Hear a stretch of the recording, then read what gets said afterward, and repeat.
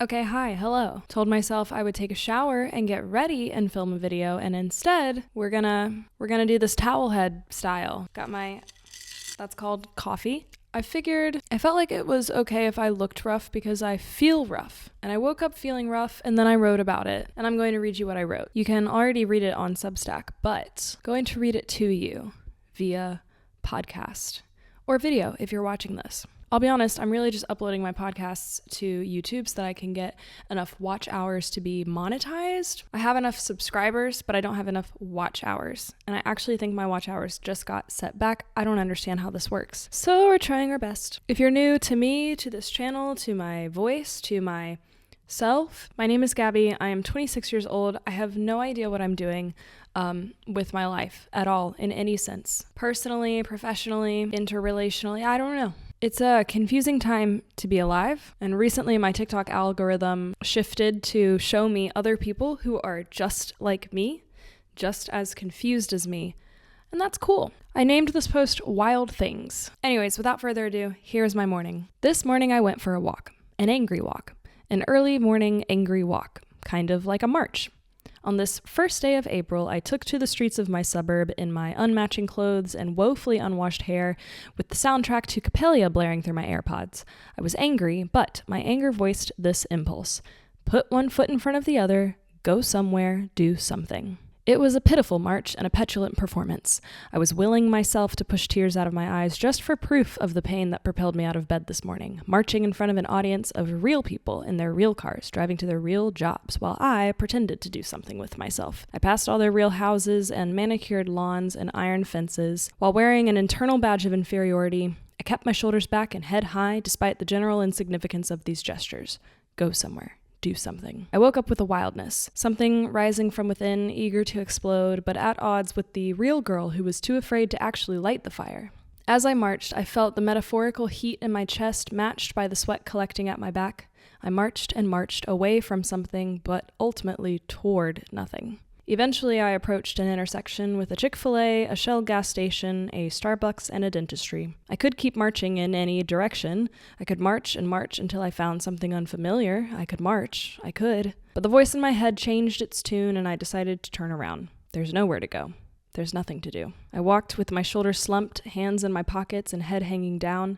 I put one foot in front of the other, but I didn't march. Just steps, slower than before. I'm currently reading Stella Adler's The Art of Acting, which I like reading right now because March sent my self-esteem to an all-time low, and Adler speaks, or writes, with an aggressive clarity.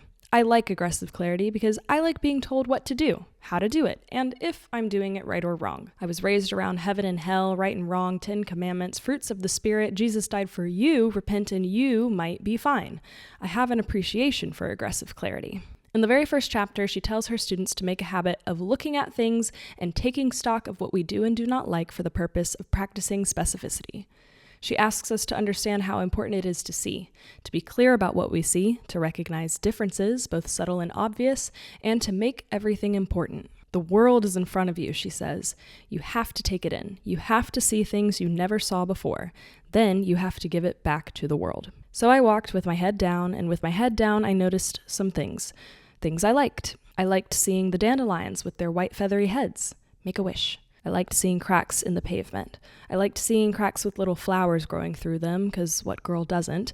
And I liked seeing moss and other green things infiltrate the pavement that some real people must have paid real money to have put down for the sake of structure and to literally pave the way for this suburb to exist, despite everything that existed in its place. I really liked noticing other weeds and out-of-place and unwanted things growing on the outskirts of the real yards at the real houses. Wild things, fearlessly popping up and taking their places in small but real ways. I liked thinking about how the real people might spend time deciding how high the grass should be allowed to grow and which plants should be potted and which bushes are the right kind for the walkway, and how all of these decisions lead to the growing and maintaining of things that will never be exempt from the cycle of life in which things live and die outside of our control.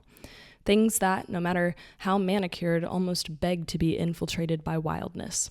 I liked seeing the wild I felt in me at work in the world around me. It made me feel that while it seemed I had nowhere to go, I was part of something happening in the very here.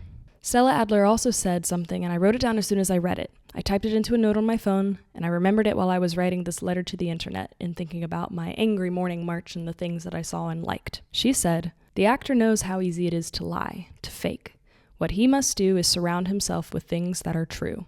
As long as he can focus on those, he won't be tempted to lie." And while she said this of an actor doing acting, though she's also said that acting is doing, I feel a responsibility to recognize this as the lesson for my day, maybe even a lesson for my life. I must surround myself with things that are true. A true thing I know today is that I like dandelions. A thing that I am realizing today is that I can decide to treat my wildness as unwanted, out of place, ruining my lawn, a crack in my pavement, a weed on the outskirts of my oasis. Or I can look at all of that anger, marchiness, teariness, sadness, discomfort, skepticism, and disappointment that sparks up in my chest sometimes like a dandelion, as a part of my ecosystem. A wildness that is true and welcome, that I can wish on, that no amount of pavement or gardening can inhibit, that grows as a testament to the cycle of life in which things live and die outside of my control. And this is true and beautiful. And so I surrender to the possibility that I may spend much of my April marching and wrestling with the relationships between order and chaos, seeing and accepting, lying and surrounding myself with things that are true. I think that this is just the nature of spring and that I must make it my daily prayer to welcome its wild. Thank you for listening. You can read and listen to various things I've written.